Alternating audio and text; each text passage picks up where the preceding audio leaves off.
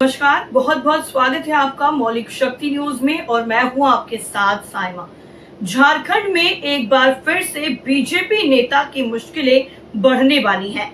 जो उन पर आरोप लगा है वो काफी ज्यादा गंभीर है, जिसके बाद से सियासी गलियारों में इसको लेकर चर्चाएं शुरू हो गई हैं। तो क्या कुछ है पूरा मामला और कौन है वो बीजेपी नेता जिस पर गंभीर आरोप लगा है, चलिए सब कुछ आपको विस्तार से बताते हैं। दरअसल झारखंड बीजेपी नेता सीता सोरेन की मुश्किलें बढ़ने वाली हैं। धनबाद की एक अदालत ने सीता सोरेन के पूर्व सहयोगी देवाशीष मनोरंजन घोष की तरफ से दायर एक आपराधिक शिकायत को स्वीकार कर लिया है। इसमें उन्होंने सीता सोरेन पर इस साल की शुरुआत में कथित तौर पर अपहरण, मारपीट, लूटपाट और आर्म्स एक्ट के एक मामले में फंसाने का आरोप लगाया है। देवाशीष घोष सीता सोरेन के पूर्व निजी सहायक यानी पीए थे। देवाशीष घोष ने आरोप लगाया है कि 6 मार्च को उन्हें सीता सोरेन के कहने पर वहां एक शादी में शामिल होने के बहाने धनबाद ले जाया गया था। हालांकि उन्होंने ये भी आरोप लगाया है कि रास्ते में योजना अचानक बदल दी गई, क्योंकि उन्हें वेड लॉक होटल से धनबाद के सोनोटेल होटल में भेज दिया गया, जहां साजिश सामने आई। घोष ने आरोप लगाया है कि 6 मार्च की शाम को जब मैं होटल सोनोटेल होटल में आराम कर रहा था तो मुझे होटल से बाहर आने के लिए कहा गया, जहां लगभग 15 लोगों ने मुझ पर हमला किया, मेरे एटीएम और यूपीआई ऐप से पैसे लूट लिए और मेरे पास एक पिस्तौल, देसी कट्टा के साथ ही हथियार भी रख दिए। और उसी रात सराय ढेला पुलिस स्टेशन में आर्म्स एक्ट के तहत मेरे खिलाफ एफआईआर भी दर्ज की गई और उसके तुरंत बाद मुझे गिरफ्तार कर लिया गया। मैंने 31 दिन जेल में बिताए। घोष ने यह भी दावा किया है कि सीता सोरेन के साथ मेरे विवाद के पीछे असली कारण राजनीतिक था। घोष ने यह भी कहा है कि सीता सोरेन ने उन पर नवंबर 2024 के झारखंड विधानसभा चुनावों के दौरान जामताड़ा सीट पर कांग्रेस नेता इरफान अंसारी के साथ गठबंधन करने का भी आरोप लगाया था।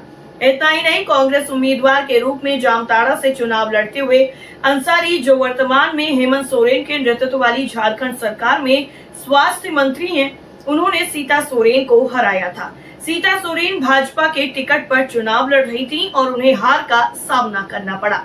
इरफान अंसारी से मिली भगत का आरोप है। जी हाँ, देवाशीष घोष ने यह भी कहा है कि सीता सोरेन ने आरोप लगाया कि मैंने उन्हें चुनाव हराने के लिए इरफान अंसारी से मुलाकात की।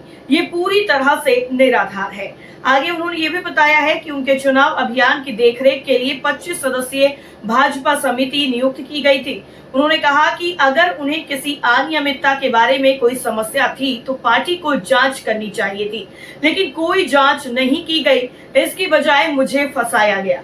जमानत पर रिहा होने के बाद देवाशीष घोष ने कहा है कि उन्होंने पुलिस से संपर्क करने से परहेज किया और अब उन्होंने सीता सोरेन के खिलाफ अपनी शिकायत के साथ सीधे धनबाद अदालत का रुख करने का विकल्प चुना है।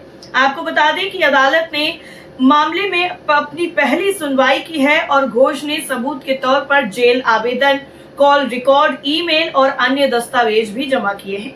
सीता सोरेन और उनके 8 सहयोगियों के खिलाफ उनके आरोपों का संज्ञान लेते हुए मुख्य न्यायिक मजिस्ट्रेट आरती माला ने मामले को सुनवाई के लिए स्वीकार कर लिया है, जिससे बीजेपी नेता सीता सोरेन की मुश्किलें बढ़ गई हैं। आपको बता दें कि शिबू सोरेन की बड़ी बहू है सीता सोरेन। दरअसल जेएमएम के संरक्षक शिबू सोरेन की बड़ी बहू सीता सोरेन 3 बार विधायक रही हैं। उन्होंने 2024 के लोकसभा चुनाव से पहले जेएमएम छोड़कर भाजपा का दामन थाम लिया। वहीं सीता सोरेन ने घोष द्वारा लगाए गए आरोपों से इनकार किया है और उन पर झारखंड चुनाव प्रचार के दौरान कथित तौर पर 1.5 करोड़ रुपए की धोखाधड़ी करने का भी आरोप लगाया है। इतना ही नहीं, उन्होंने आरोप लगाया है कि घोष ने मेरे जाली हस्ताक्षर किए और अपने बैंक खातों में पैसे ट्रांसफर किए। चुनाव के दौरान उन्होंने 2 से 3 फर्जी खाते भी खोले ताकि प्रचार खर्च के लिए रखे गए पैसों को हड़प सके। सीता सोरेन ने मीडिया से बातचीत में ये बताया है कि उन्होंने घोष को कई जिम्मेदारियां सौंपी थी, जिसमें उनके कानूनी भुगतान को संभालना भी शामिल था। सीता सोरेन ने आरोप लगाते हुए ये भी कहा है कि मैंने उन्हें वकील को भुगतान करने के लिए 50,000 रुपए दिए थे, लेकिन बाद में पता चला कि ऐसा कोई भुगतान नहीं किया गया था। उन्होंने पैसे अपने पास रख लिए। इतना ही नहीं, सीता सोरेन ने आगे ये भी दावा किया है कि उनके खाते से उनकी जानकारी के बिना कई लेन देन किए गए और घोष चुनाव संबंधी भुगतान समय पर करने में विफल रहे। सीता सोरेन आगे कहती हैं कि उन्होंने मेरे वित्तीय मामलों तक अपनी पहुंच का दुरुपयोग किया और मेरे विश्वास को धोखा दिया। इतना ही नहीं, सीता सोरेन ने यह भी कहा है कि उन्होंने घोष के खिलाफ कई मामले दर्ज कराए हैं, जिनमें से एक अनुसूचित जनजाति अत्याचार निवारण अधिनियम के तहत और दूसरा चेक बाउंस मामले में है। इतना ही नहीं, सीता सोरेन ने आगे ये भी कहा है कि उनके धोखाधड़ी के सबूत व्यापक हैं और मैंने अधिकारियों से गहन जांच करने का भी आग्रह किया है। अब चलिए आपको उन शिबू सोरेन के बारे में बताते हैं जिनको करिश्माई नेता कहा जाता है। वैसे ऐसा कम ही होता है कि आम लोग अपने प्रतिनिधि में ईश्वर की छवि देखते हो। जीते जी किंवदंती बन चुके झारखंड के सत्तारूढ़ क्षेत्रीय दल झारखंड मुक्ति मोर्चा यानी झामुमो के सर्वे सर्वा शिबू सोरेन की लोकप्रियता कुछ ऐसी ही है। उनके समर्थक उनकी एक छवि पाने के लिए हर साल 2 फरवरी को झारखंड की उप राजधानी दुमका में देर रात तक जमे रहते हैं। शिबू सोरेन जब अपनी दाढ़ी पर हाथ फेरते हैं तो उनके समर्थक जोश से भर जाते हैं।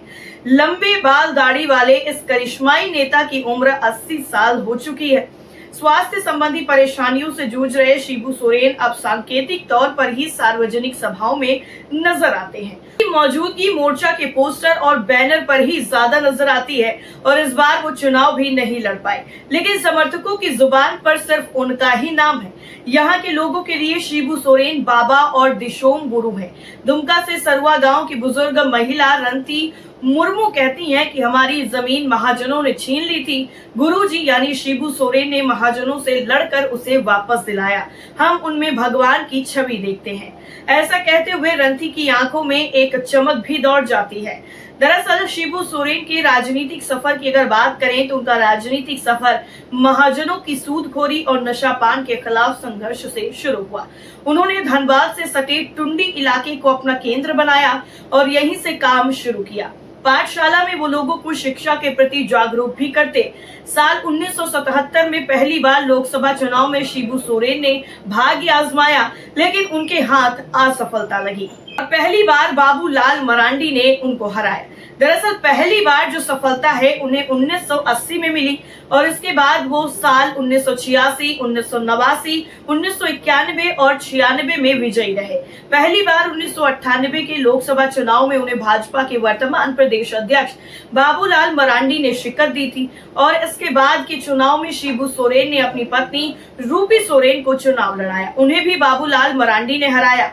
साल 2004, 2009 और 2014 में वो फिर से दुमका संसदीय क्षेत्र से चुनाव जीतने में कामयाब रहे और इस तरह कुल मिलाकर 8 बार उन्हें दुमका के मतदाताओं ने सिर माथे पर बिठाया है।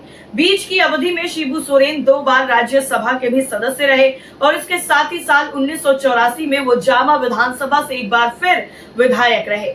सोरेन भारतीय जनता पार्टी में जा चुकी हैं और शिबू सोरेन की परंपरागत सीट दुमका से उनके उत्तराधिकारी का दावा ठोक रही थी, लेकिन उनको वहां से हार का सामना करना पड़ा।